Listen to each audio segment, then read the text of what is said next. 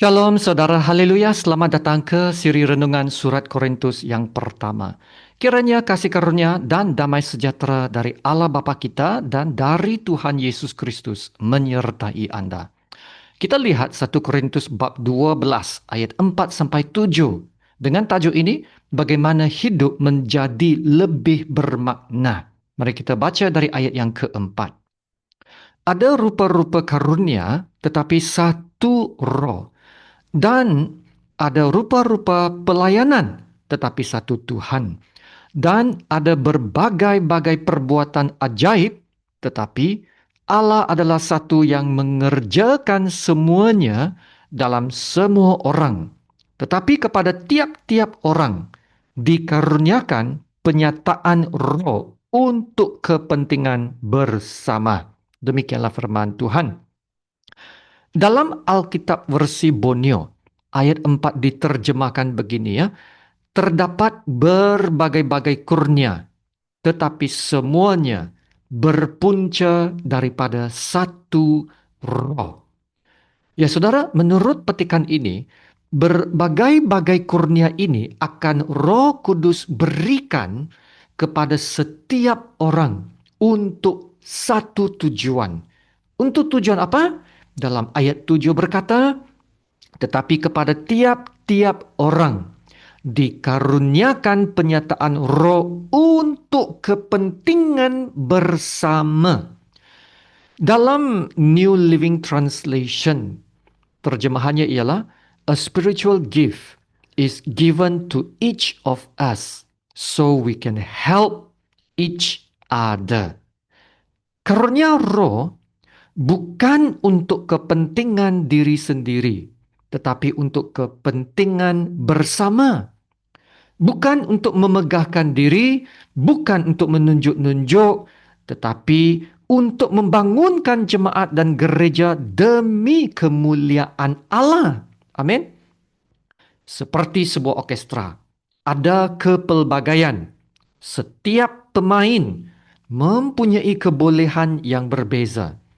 Ya, namun semuanya bergabung menghasilkan sebuah karya agung di bawah pimpinan seorang konduktor.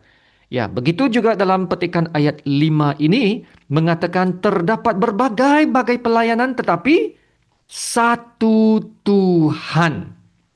Ya, kita semua melayan Tuhan yang sama, satu Tuhan, yaitu Tuhan Yesus.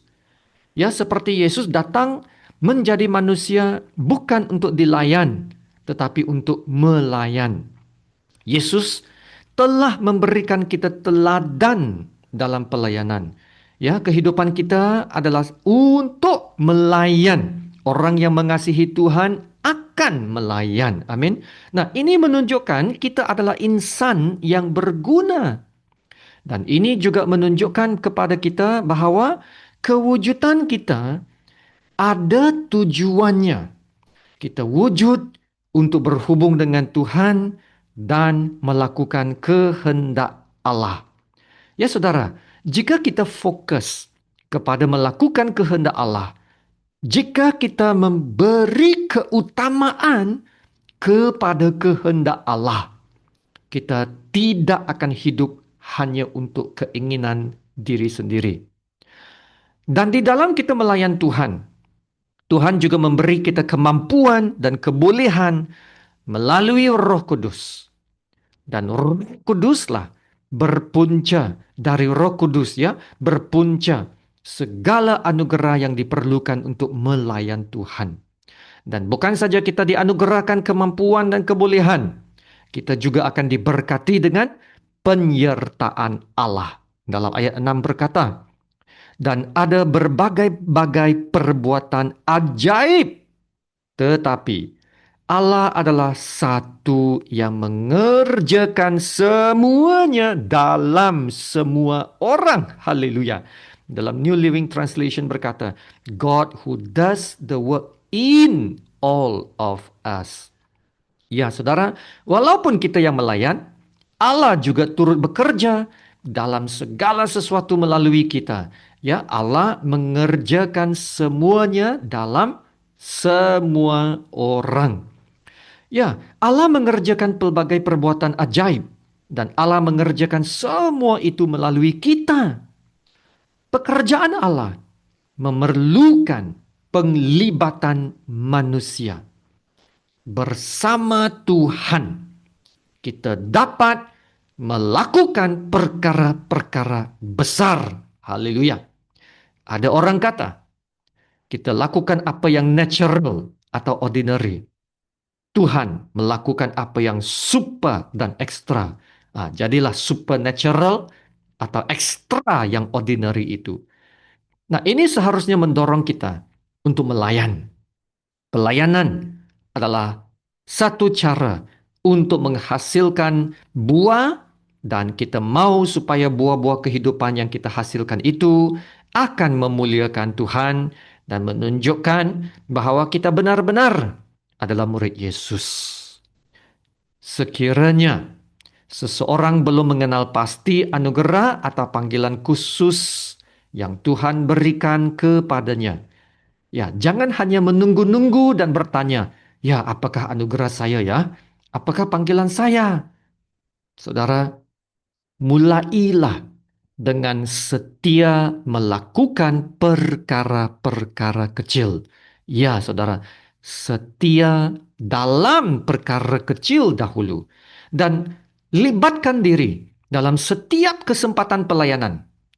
Melalui proses itulah kita akan menemukan anugerah kita, akan menemukan semangat, beban hati rohani, menemukan panggilan kita dan kemampuan yang Tuhan percayakan kepada kita. Amin.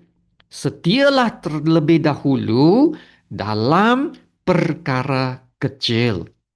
Belajarlah untuk bertanggung jawab dan mentaati arahan. Kerana melalui proses inilah sifat dan karakter kita dibentuk. Saudara, ini yang lebih penting, saudara.